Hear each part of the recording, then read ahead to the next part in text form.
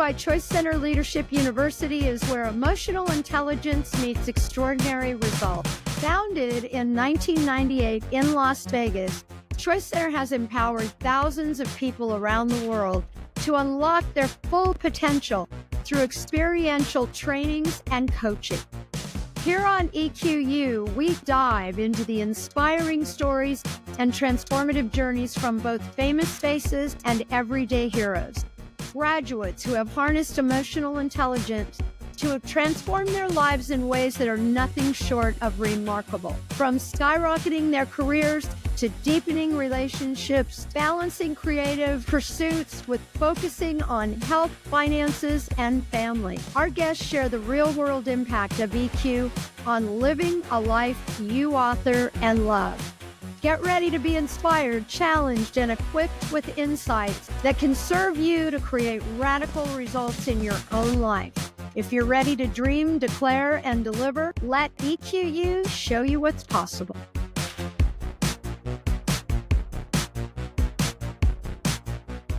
Welcome back to EQU. Today's guest is going to remind you that your circumstances don't define you, your emotional intelligence does. And if you're finding yourself inspired by this podcast, please partner with us to expand our reach by giving us a rating, hitting the follow button, and sharing episodes with people in your life who are pursuing big dreams and level 10 relationships. And with that, Robin, who do we have joining us today? Well, if you're an entrepreneur, a parent, or a leader with a big vision, this episode is for you. Our guest today is someone who has literally built success brick by brick, starting from a small town in Lebanon to now leading one of Austin's best and biggest luxury home building companies. Nicolas Sfeir is a graduate of ChoiceCenter's LV 159. He's a senior leadership coach and has taken every class that we offer. The Samurai Game, the Journey Within, Men's Retreat, you name it. He's used his emotional intelligence education as a foundation for raising four amazing kids, leading multi-million-dollar teams, and transforming his life through bold choices. Nicolas is a mechanical engineer by training, but a visionary by heart. When the Raiders Stadium contracts were up for bid in Las Vegas, Nicolas had a vision to beat out all other competitors, not by competing on price, but by enrolling the decision makers in his vision for what the stadium would mean to this community and to the players and staff. The story of how he coached and role-played these conversations with Robin will remind you that 100% really is possible 100% of the time when your intention is clear and you have a mindset of, if it's to be, it's up to me. Winning that Raiders Stadium contract gave Nicolas the confidence to move to Austin and scale a construction company from 23 million to 72 million. Yes, 72 in just 3 years. And today he owns and operates EEF Custom Homes, which has already doubled in growth. Get ready to hear how an EQ mindset and clear intention have built the American dream for this Lebanese immigrant. Nicolas Sfeir, welcome to EQU. Wow, I'm blushing. What an introduction. That's well-deserved, Nico. Well-deserved. Yes. That's awesome. Thank you, guys. Well, that's heartfelt and heartful, because playing with you is nothing but joy, Nico. We're so excited to be here today and hear all about it. Excited to be here too. Well, for those listeners who may not be familiar with you, why don't you tell us a little bit about yourself? Where were you raised and what was your early life like? Well, sure. I was born and raised in Lebanon, and I was born during the Civil War. And I take pride in saying that my mom delivered me in a war bunker, because when time came up when I needed to come out into this world, they were shelling around the hospital so much and they couldn't deliver in a regular hospital room. So they took her down to the bunker of the hospital, and that's where I came through this. So Wow. I would like to say I was born in adversity. Yeah. Yes, I was born and raised there, went to school there. And then one day I was with a really good friend of mine, my best college buddy, and we're sitting there debating, like, is there a future in this country, or we have better chances in the United States? It's like, I don't know. I don't think we have a future here. There's been war after war and hopes and deceptions and disappointments. So we packed up and moved to Las Vegas, and both of us finished up at UNLV with mechanical engineering degrees, and that's how we moved from Lebanon all the way to Las Vegas, USA. And I didn't fly anywhere else but straight to Las Vegas. And a really good friend of mine came and picked us up from the airport and drove us right onto the Strip. And there it was, the Statue of Liberty. In New York, all these immigrants are welcomed by boat. That was my Statue of Liberty, is the New York, and Las Vegas, welcoming me to this amazing town where I was really fortunate to be in. Wow, that is amazing. Now, we've got to go back and ask, though, or is there a lot of casino marketing in Beirut or something? How do you get from Lebanon to UNLV? How does that even transpire? My best friend of mine, we were sitting there and talking, and it's like, where would we go in the United States? I mean, we didn't know, but then he said that his uncle lived in Las Vegas. And it was like, Las Vegas, how do you have a better worldwide appeal like Las Vegas? It's known everywhere and sold. Let's go do it. And it was quite a challenge to get here, applying for student visas and going to neighboring Syria because the U.S. embassy at the time was closed in Lebanon, and getting denied there and not taking no for an answer, going back again and not taking no for an answer, and ended up flying across the small island of the Mediterranean called Cyprus. And that's where I applied the third time for my visa. And I told them my story and why it's so important for me to be in Las Vegas in the United States. And the lady that interviewed me there just gave me the visa. So that was very fortunate being able to come here. What did you say to her that had her flip so quickly? So it was really the vision of what I saw myself. Since I was a kid, I always watched Walt Disney and his vision, walking into Disneyland, you see Walt Disney holding Mickey Mouse and then showing him, pointing out that the world is yours type of thing. And that was my vision of the United States. It was the land of the opportunity. My thing with it is if you work hard enough, you apply yourself, you can make it. I hear a lot of success stories of Americans and people that moved to the United States, immigrated there, being very successful, but they work their butts off. And I'm not shy of working my butt off to get there. So that's what I wanted to do. And I didn't see that happening in Lebanon. Lebanon is a very corrupt country. It doesn't matter how well you work. It's who you know and who you're going to grease their palms and all of that. So I just didn't see that same opportunity there. So that's kind of in a roundabout way why the United States and what I told her and why UNLV of all places was very important because of the construction going on in Las Vegas. The reason why I love construction is I used to be a little kid and following my dad around construction job sites. Not only he owned a restaurant, but he loved to do spec homes and build apartment buildings and stuff like that. And I was fascinated with concrete and people wearing hard hats and doing finishes and all of that. That's why I was always loved to be in construction since I was a kid. And no better time than being in Las Vegas in 1999 when half the Strip was blowing up with brand new casinos. And that was a great opportunity and very fortunate to work on a lot of those during my career there. Well, you got your degree at UNLV in mechanical engineering. How did that lead you into commercial construction? Well, it was completely fateful to be in commercial construction. They don't do that anymore. And I know I'm going to show my age by saying it, but there's those 8.5 by 11 flyers that they used to post all over the college walls of wanted ads. And then you had those little clippings at the bottom of the 8.5 by 11. So you tear up one and then you call the number and that's that. So there was an opportunity about an inside sales engineer at a mechanical equipment company. You're talking Carrier, you're talking, big industrial companies. And I called up the numbers like, hey, I saw your flyer at school. I'm calling up for the job opening. And I went for the interview. I forgot to say that I came here with 2 suitcases and $300 in my pocket. So while I was at UNLV, I had a bicycle and it was the dead of summer. It was July. And I went to that job interview on my bicycle, and job interview was across the freeway on the other side of Tropicana. Oh my gosh. Imagine that. So I showed up to my interview sweating head to toe, wearing my only suit that I bought at a Marshall's just for the interview. And the guy looked at me, said, I love your drive. I love what you're doing. This job, you're going to get bored to tears doing it. I know this company in Las Vegas, and my old boss is also Lebanese, and I want to introduce you to him. And sure enough, while I was there, he called him up and set up an interview time. And he told me, don't worry about your bicycle. I'll come and pick you up so you did not show.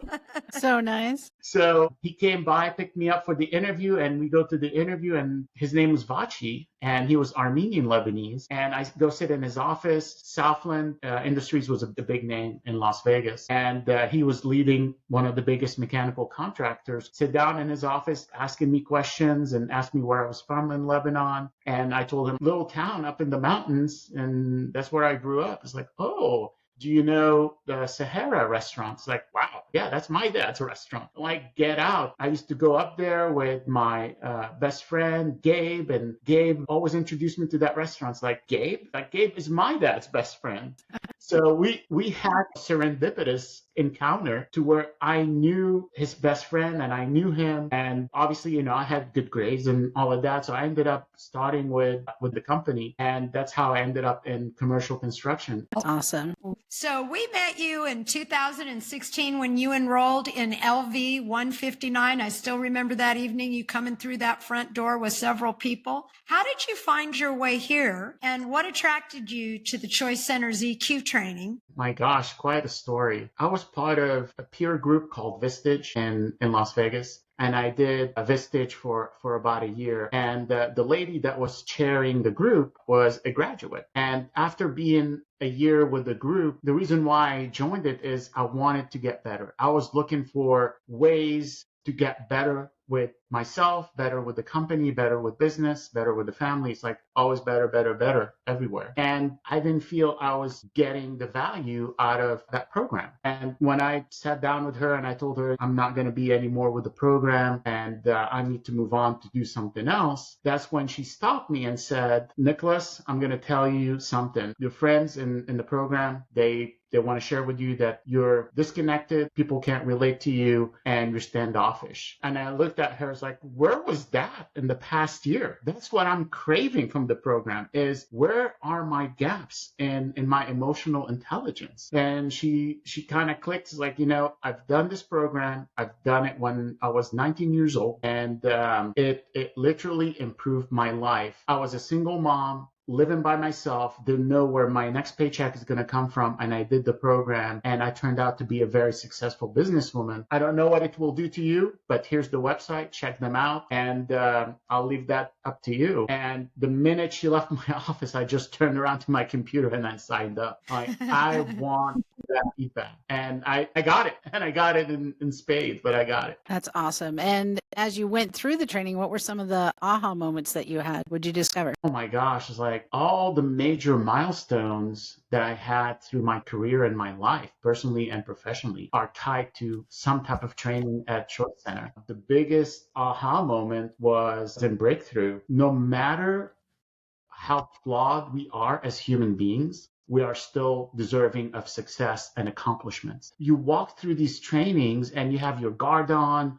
I don't know what this is about. Is this going to be another corporate training? I went through multiple corporate trainings and I didn't feel that I was getting filled up. I felt always empty leaving them. But going through the doors at ChoiceCenter was walking into a place where the guard is down and you see humanity of what humanity is, this beautiful beings that everybody is. And you're in that place where people hold you up to your highest potential while holding your feet to the fire. And that was beautiful. And that was the biggest aha moment that I had going through Breakthrough. And it really ignited into leadership, which, you have your aha moment and then now what? What are you going to do about it? And that's what leadership is about. That's those 90 days of going out there and using that fire and executing on whatever you want to do in your life. Yeah. What was on your PSP, your personal strategic plan for those 100 days of coaching? I have to admit that I didn't go big enough on this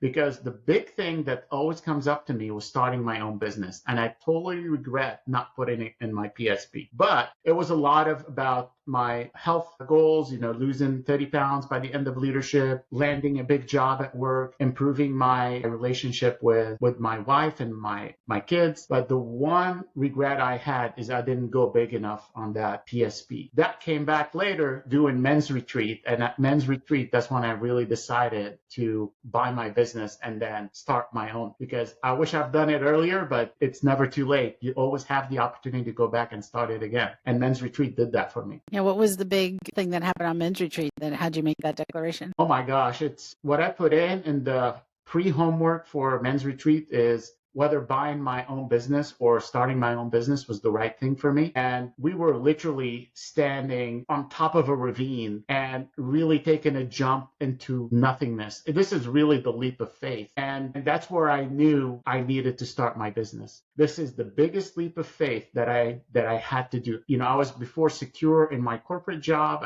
I started all the way from the bottom of the corporate ladder to leading multi-$10 million businesses, but I still felt empty. And my calling was to start my own business or own my own business. And being in front of that ravine and doing that exercise really firmed it up for me that this is it. I need to step into the unknown and take that additional risk and then start the business. That's amazing. That's amazing. And after graduating, you came back and coached. And for those who haven't taken a team all the way through discovery, breakthrough, and leadership, what did you experience was the value of coaching others to level up their lives and take on juicy things on their strategic plans? What an experience. At first, I just wanted to be a coach. And for whatever reason happened, the head coach, the captain, ended up not able to make the training.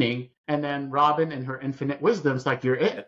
You know, it's like, I just wanted to coach. And then the thing with captaining in LV is not only the coaching that you get from Robin, from you, Corrine, and other foundational members of ChoiceCenter, but then also the give back. And that was one of the most satisfying things I've ever done is coaching, because seeing somebody walking through the door and whether they have issues with worthiness, I'm not worthy, or I'm not good enough, or I'm not enough things, and watching them develop and blossom in a span of 4 or 5 months, that is so satisfying. And the fact that I had a little something to do with it, they have the fire in them, you just have to direct it and keep feeding it so it grows and it grows. That is very satisfying. You can't just do the trainings, you have to also coach to get the full experience of what that means. So true, Nicholas. Coaching takes everything we learn and then we get to start giving it away in our own style. And I absolutely line up with you on that. As I recall, while you were coaching LV 162, you found yourself in one of the most pivotal moments in your career, as it was announced here in Las Vegas that the Raiders were moving to Las Vegas and Allegiant Stadium was being built. Tell us what happened there. Sure. Coaching 162, it's amazing. When you're giving back, the universe gives back 10x of what you put in. It's one heck of a return on investment. So while coaching 162, the opportunity of the Raiders Stadium came about. This is way before they broke ground. The town was buzzing with it. The owners for the Raiders and the general contractors were doing the procurement for all the trades that would go and build the stadium. So that was the opportunity to have in town. It was not only a Raider stadium, but a UNLV Rebel stadium, and the sense of belonging to Las Vegas and having finally a professional sports team in town that we've waited forever to get something like this. I know we had the Golden Knights, but nothing weighs more than an NFL team, and it's the Raiders of all people. And creating that sense of community, that sense of sportsmanship. Imagine the families that are going to grow up around the stadium going to these games, and the kids, they're going to be looking up to all these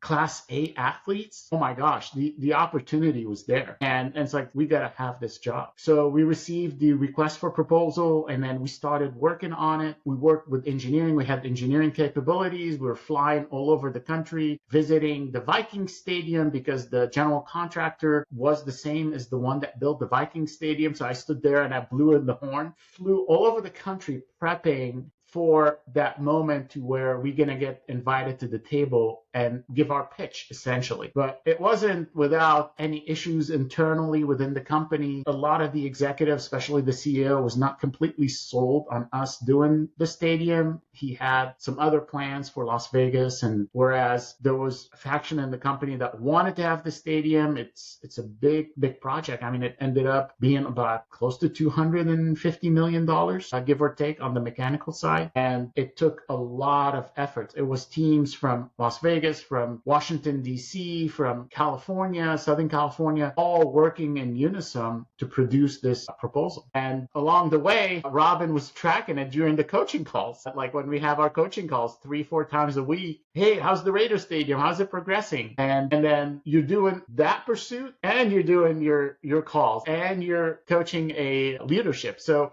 it's all that going on at the same time. It's like, all right, bring it on. Let's pile onto that plate. That plate can only get bigger.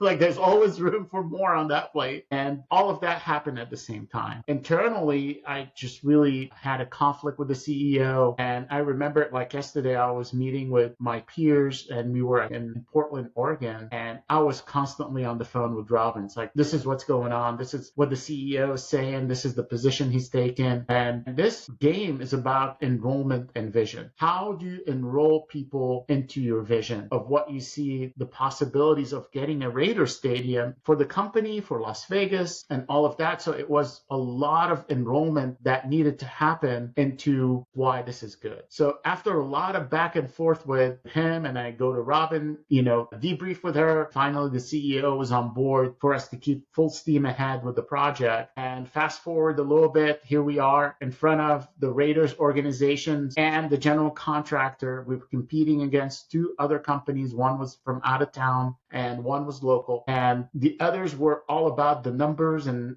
what they had in their bids. Our presentation was all about the vision that we have standing behind it as a company to service the Raiders organization to build this vision for Las Vegas and what could mean to Las Vegas and us. And 4 days later, it's like, you guys had us with that vision. We knew you had the scope. We knew your price was a little bit more than the others, but we wanted to hire you just because of it. And prepping for that interview was also coaching with Robin and going through the plan and the preparation to going in there and really having that back and forth about how it's going to go. That was amazing.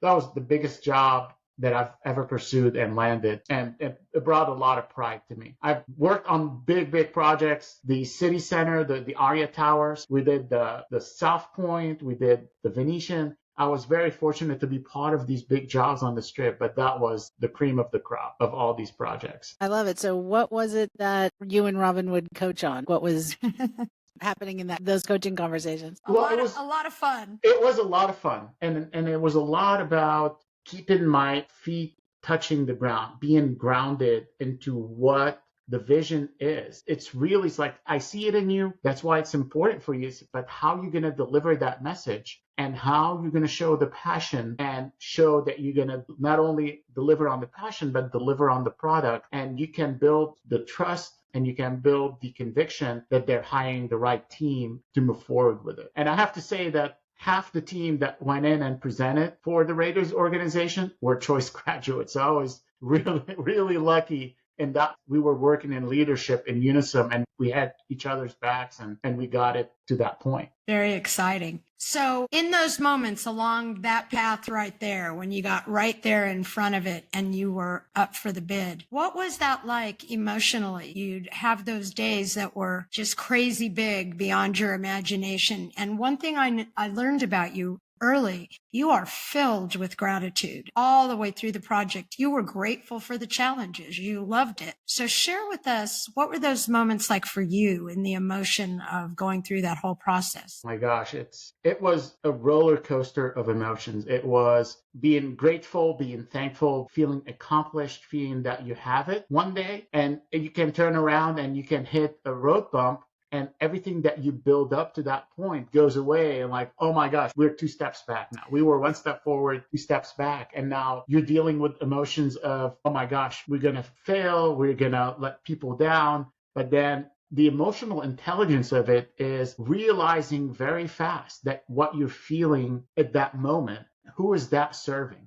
Is that serving anybody? Because we chose as a team and I chose as an individual to feel that way, whether the high highs and the low lows, but then at every step of the time, there's a choice to make those feelings. Who are they serving? Because this is completely up to me to change what I'm feeling and change the prospect and change the perspective and look at it in a different way. What else can we do? And that's what kept it moving forward. And that's a lot of life during leadership. You have those high highs and low lows, and grateful to coaching during that time. I had an amazing coach during leadership. And it's like, well, what are you going to do now? Because being in it is not helping you and not helping anyone. So you got to snap and get out of it because you are choosing to have those emotions. And it's the ultimate responsibility and ultimate accountability. It's really easy to say, I'm going to hold people accountable. I'm going to hold their feet to the fire. That's a lot of work.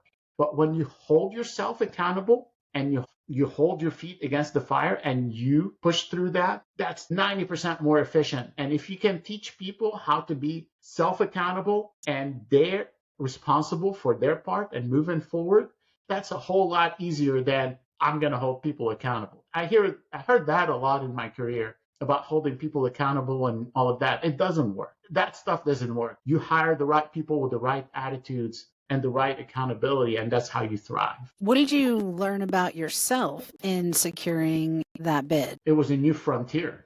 It's like going through the Wild West and being in a brand new territory. I've never knew I was coming to this country with the 2 suitcases and $300 and having a bicycle running around college to be able to sit down in front of the owners of the Raiders Stadium and be able to sell a $250 million job. That was crazy.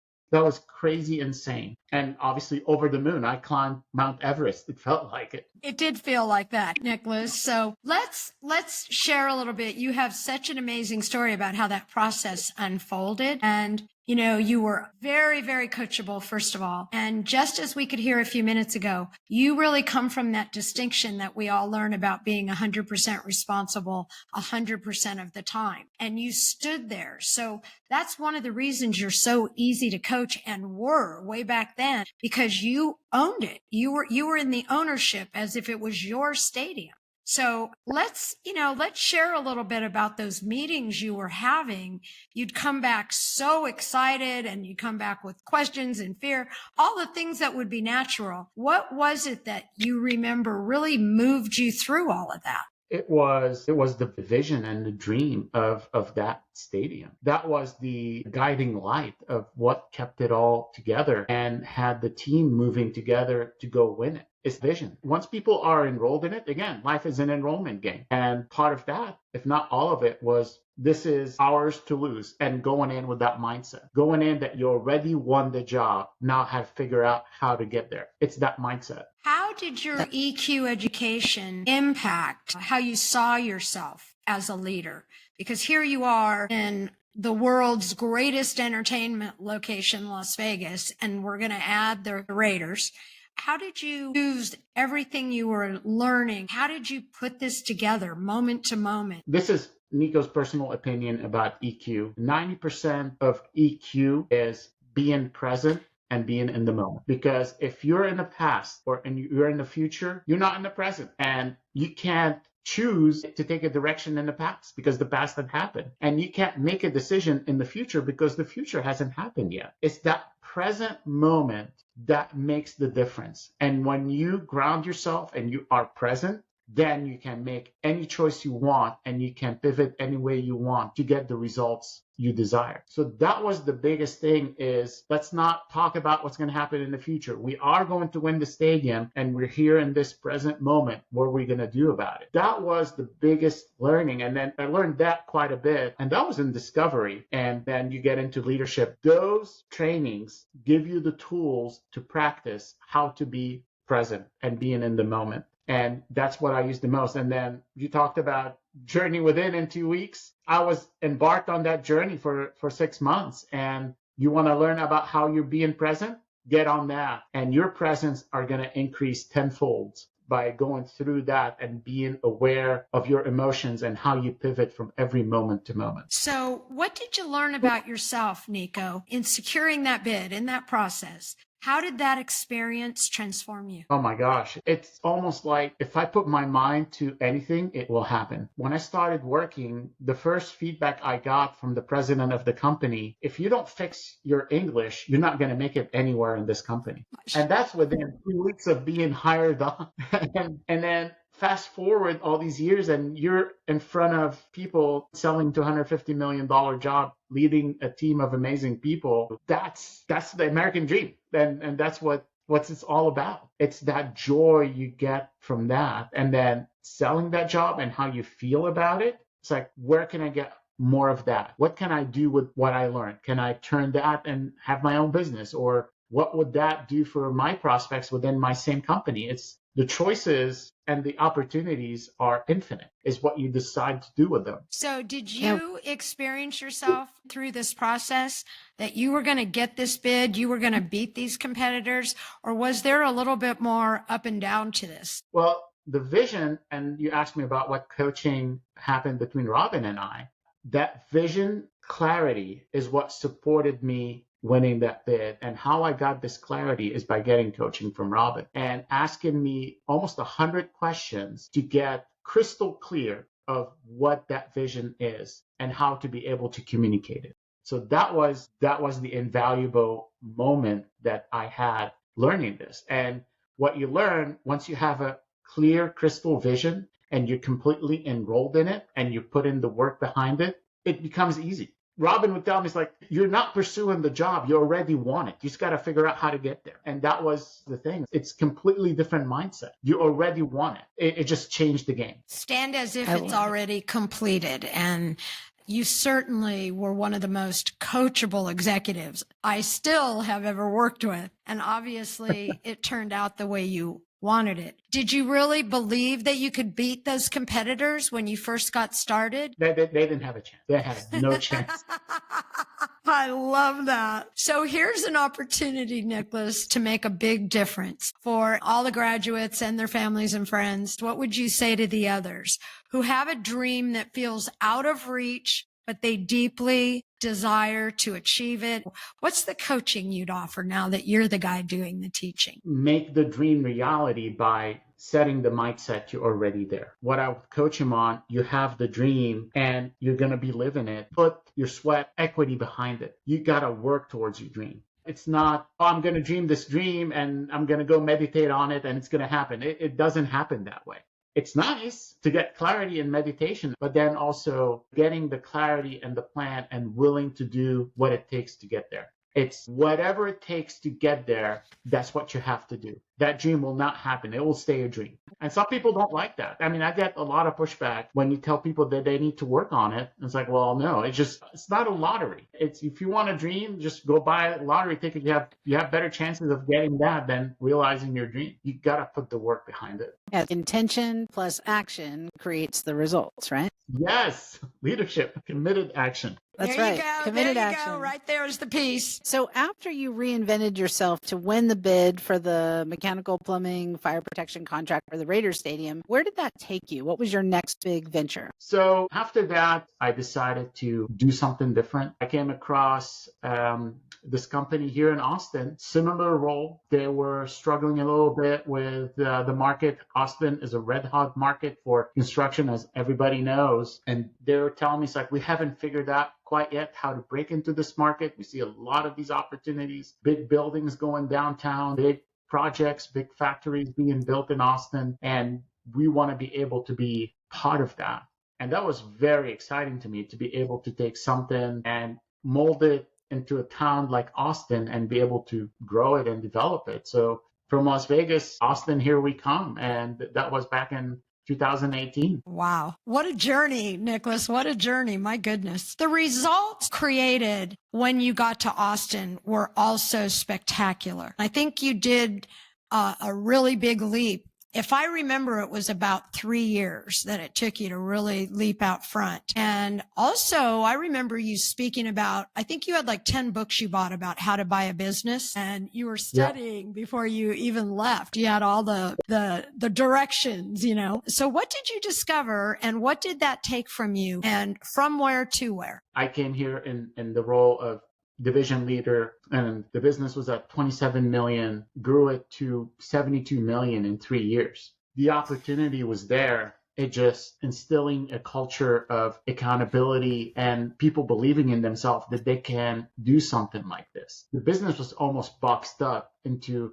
oh no, we're just good with these small little projects. It's like, you have a brand name and you have the whole company backing you up. Why don't you go big? They're going to support us. So within 3 years, we developed plans and we changed the perspective of how we are viewed in this market, to where a $27 million business grew into a $72 million business. Wow. And you go from doing strip malls and jobs that no one wants to do doing a marquee job downtown, like the Google Tower. Like that one is right on Lady Bird Lake, downtown Austin, on the main street. A marquee job like that, being able to land it, that was pretty amazing. Yeah, what specifically did you do to lead a company to nearly triple its revenue in a couple of years? Oh my gosh, a lot.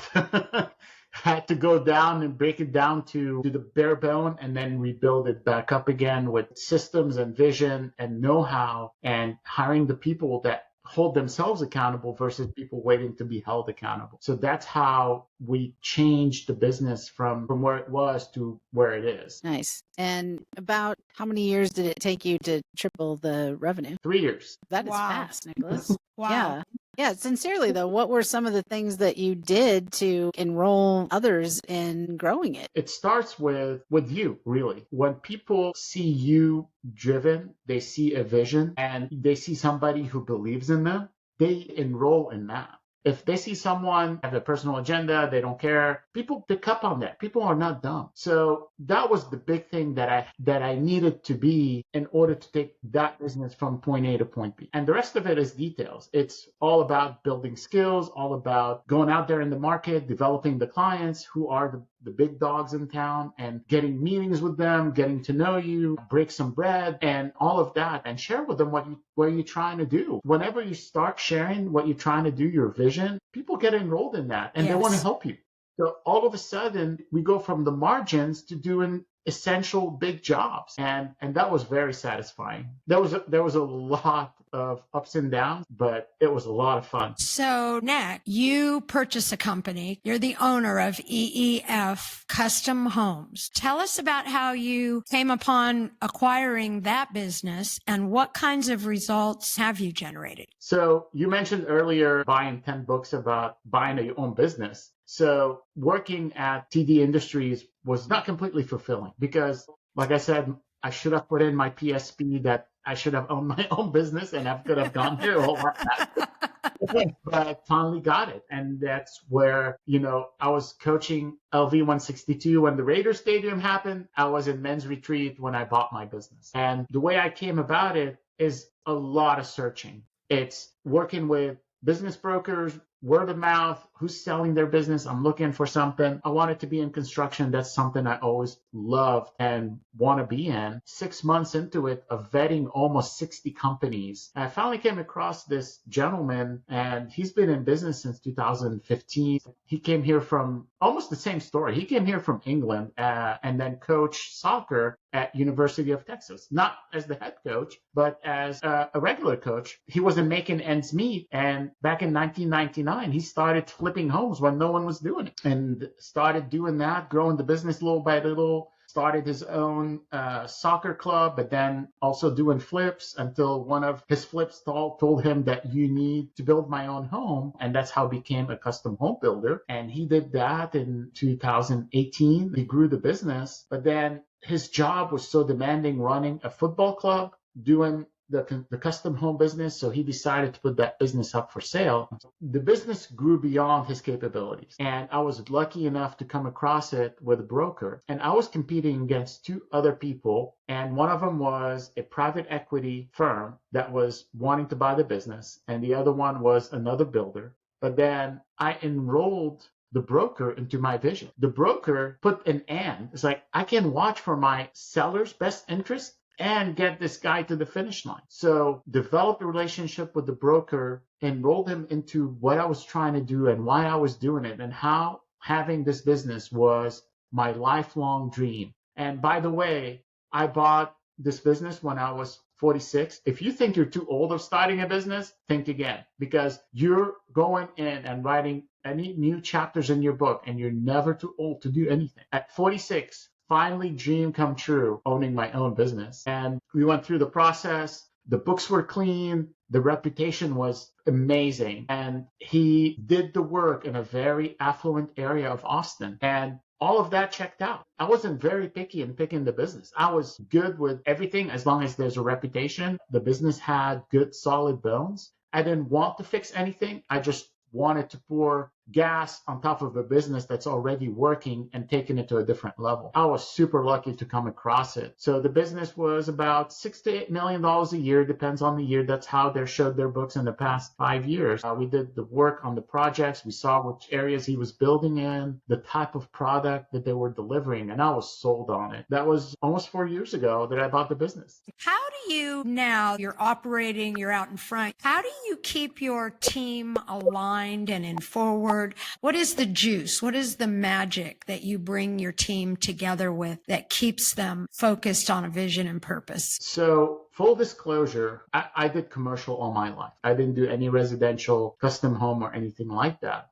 But I believed in myself that I could learn it, like I learned everything else. And what I knew, and it's a common denominator with regardless of what business you're in, is believing in the people that are already in the organization. They know what they're doing. Having someone there that believed in them, and I think Steve Wynn said it the best, take care of your people and your people will take care of your clients. And that's exactly what happened. They didn't feel supported enough. They did not have the right resources, the right systems in place. So came in, took care of that. That was low-hanging fruit, early wins. They felt supported. They felt confident in what they're doing. And that showed with them dealing with our clients. And that prospered. So that company went from doing $8 million a year, and this is going to be our best year ever. And we're tracking to do $14 million this year. And it's all word of mouth. We don't advertise. We don't send flyers. We don't do anything. All our business is word of mouth referrals, and people walk by our job sites. They see a sign on the job site.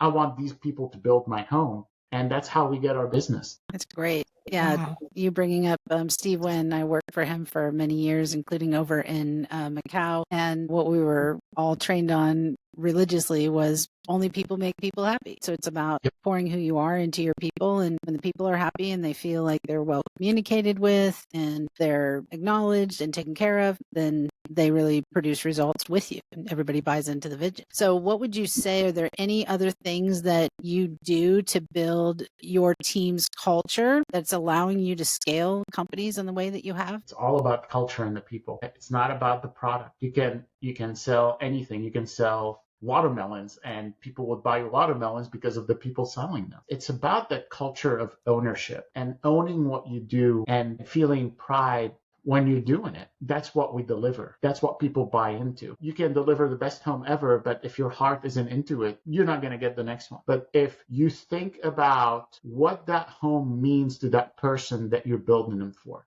they're building their dream home. They're building a place where they're going to make memories. They're building a place where they're going to have parties and watch their kids grow and graduate and go to college. That's the mindset you go in, is you're building people's dreams versus putting lumber and roof and windows together. Elevate that vision and putting yourself into your client's shoes and imagine what they see through what they're trying to build. And that makes it magical. Speaking of family, you've got a wife and 4 kids, and she's also a graduate. LV160. LV160. And together you're raising them using tools you learned in the training. So tell us a little bit about what that looks like in practice as a parent. So we hug them a lot. That's the thing. We hug them a lot and we love them up. And we teach them about holding themselves accountable a lot. I have teenagers and they come home, it's like, oh, so-and-so said this at school and it hurt my feelings. And I heard in one of the trainings, it's like, if someone says you're a green frog, does that make you a green frog? That was in mastery. Yes, that was in mastery that I learned that. And it shifted their perspective. So the way we're raising them, we're not raising them to be victims of what happens in their environments, but to acknowledge what's happening in their environments, and they get to choose how to feel about it. It is a journey. We're not quite there like everybody is, but just having that foundation of life is happening to me versus I'm in control of my life and I can make a difference. The way I feel, the way I handle it, it changes their perspective. Yes. And that is the gift that these trainings are to your children, is being able to raise someone that hold themselves accountable and train them on that emotional intelligence. I wish I grew up that way. I grew up in a culture where it's you're the male, you got to show a strong, image and all that, versus learning about emotional intelligence and being able to be self-aware and present in the moment so you can choose what to feel about it. And that's what our main goal of raising these kids is that life doesn't happen to you. You make your own life. Yes. And that's the beautiful thing about you. You've carried all of your learnings through every stage of your success that you've been sharing today. But it's so much fun to hear that you use all this emotional intelligence that you've learned and you bring it home to the most important place in your life with your family, your kids, your wife, and you have a leadership kind of life with your kids. You know, you're always taking them different places on different adventures. And so when you think about that ideal legacy that you're leaving and that you're building with your family, while you're all here together, share that with us. Give us that big Oh my picture. gosh. So, we talked a lot about vision, a vision of owning my company and the vision of coming here and being successful. But then having a family and having those kids around is your big WHY, is your big why. Why am I doing all of this? And that is the legacy of you are my vision now. You're the family. And the legacy is creating this connected, loving, responsible, accountable family. And whatever comes to us as a family, we can always figure it out and move forward. And it's so rewarding. Coming from Lebanon and living through the war, there were nights we didn't know that we're going to make it to the next day alive because there was a lot of bombing around us and a lot of people got hit. My uncle got injured. My dad was shot during the war, and you live through this adversity. Thank God we don't live through that here. But as a family, we made it, and that is the legacy I want for my children. We're here as one unit, and we'll make it no matter what. And love, accountability, and vision. Nicolas, as we start to wrap up our episodes, we have some EQ quickfire questions that we're curious about, our listeners are curious about. So the first question, what's one EQ tool that you use daily, almost on autopilot without even thinking about it? Being present. 90% of the time, that is the tool that works. Excellent. What is the best coaching that you've either been given or you have given to others about leadership? Wow. I remember it distinctly in Breakthrough. We were doing a feedback exercise, and one of the coaches said to me, "Do you want your daughter to marry someone like you?" And that kept me at my knees because at the time, I didn't want my daughter to marry someone like me. That really made it real and brought me down to what really mattered. Having that front of mind that I want my daughter to marry someone like me shifted everything for me in that exercise in Breakthrough. And I used those lines during Breakthrough while coaching Breakthrough. I had the students come up to me, it's like, "Nico, you knocked me down at my knees. You crippled me with that question. And you make me look at things differently." I will never forget that for the rest of my life. Well, this is a related question then. What's the biggest EQ blind spot you have worked to overcome, and how'd you do it? Was not being present. That's why it's that presence keeps coming back. The feedback I got, I was not present. I was always somewhere else and not being in the moment and not enjoying because I felt empty all the time.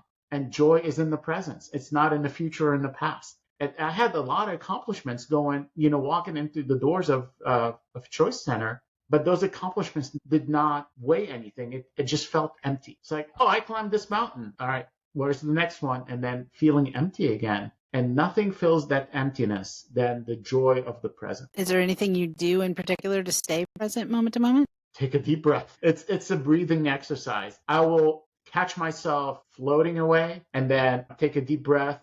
I feel the ground under my feet and it brings me back to where I need to be. What's one thing that triggers you, and what EQ tool do you use to respond and shift that reaction? I mean, what didn't trigger me before coming through EQ? I was a very aggressive guy and I wouldn't let anybody say something without being okay with it. There was a lot of triggers about not being appreciated, people not doing their best, and thinking whenever I see somebody that I perceive as weak in front of me, that triggers me, and then I just rage in the inside. There was a lot of triggers, and they're still here. And that's the thing, is you acknowledge the whole you versus, oh, these triggers are bad. You can't do that. And that's journey within. You have to embrace yourself in its entirety. And once you accept those triggers and accept those flaws that are inside of you, you become whole. The only way to change is to accept these triggers and accept those flaws. And then all of a sudden you start evolving and changing. And it's that acceptance. You just evoked a question in me. Journey Within is currently coming together in the final days. Now that you look in the rearview mirror, what did Journey Within give you? What was the pinnacle of journey for you? We're always work in progress. And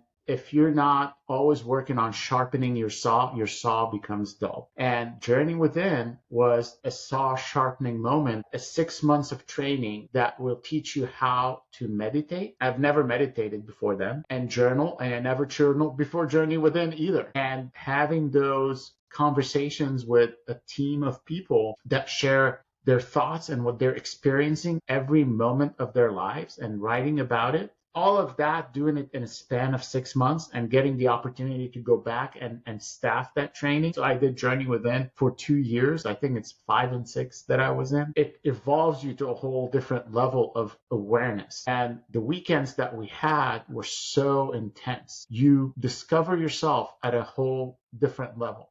I've done Mastery 5 times, and every time I walk in, I find something new about myself. I've done Samurai, I think 6 times, and every time I go in, I discover something new about myself. And it's that training that keeps your mind malleable and flexible and elastic to be able to absorb something new and discover something new about yourself and being able to do something about it. That's what that training is. And I discovered a lot about myself in 6 months. A lot. The dark side and the light side, and how to marry them together to evolve and be whatever you want to be. Beautiful. We would love to have you staff that next Journey Within. I would love to. I would even consider being a student again. You go in and you find another version of yourself just doing the work. It's crazy how these trainings unfold something in you that you think, oh, I got that handled. I got it 100%. And oh, no, wait a minute. That's not quite there. So impeccable trainings. Nicholas, I'll share this with you because you haven't been around.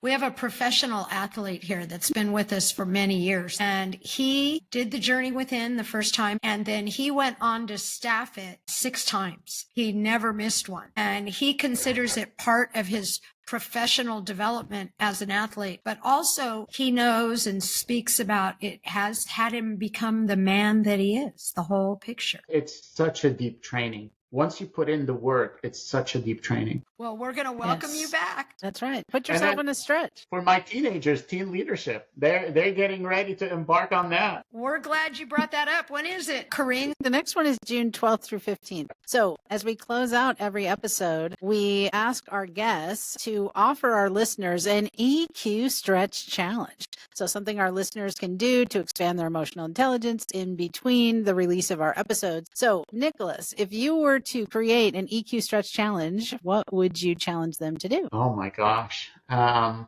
a Boy Scout, and I've been a Boy Scout from a very young age. And I feel it's a stretch to do a good turn daily. So do a good turn daily. And it doesn't matter what it is. Everybody have that image of Boy Scouts helping old ladies cross the street. Do something like that. Or give a sandwich to a homeless person and have a conversation with them about what life is. Or just hold the door open for someone. Something where you are giving back and doing a good turn. It's absolutely really extraordinary, beautiful, Nico. As we complete today, what is the message that you want to give your children from that chair right now, having reflected in the rearview mirror? Be, do, have, who you've been, what you've done, and what you have now. So they'll have this to listen to for a long time. It's stay true to yourself and stay as children. That's the way to happiness and presence. Once we want to become adults, the adult problems come with it. But when you think as a child and stay as a child, there's infinite possibilities. And looking at the world with these child eyes, with that curiosity and with that joy, there's nothing like it. So keep that. Beautiful. Well, thank you. Today has been absolutely magical. Thank you so much for being on with us. You're absolutely an inspiration. What a business leader, and what a story to come from Lebanon and to achieve what you've achieved. So thank you for the inspiration. Thank you for having me here. It's quite an honor. One more thing, Corinne. When we do our next business training, Nicholas, You got to be with us there also. You're such a lover of creation and the business and the challenge and putting the pieces together. You will inspire our business mastery training very deeply. So you just have an invitation to be everywhere in the next couple years. I love it. Thank you for the invitation, and I'll take you up on it. Awesome. We'll see you soon, Nicholas. Love Thank you. All right. Group hug to the whole family. That's right. New episodes of EQU release every Tuesday on Apple Podcasts, Spotify, YouTube, Podbean, and ChoiceCenter.com. See you next week.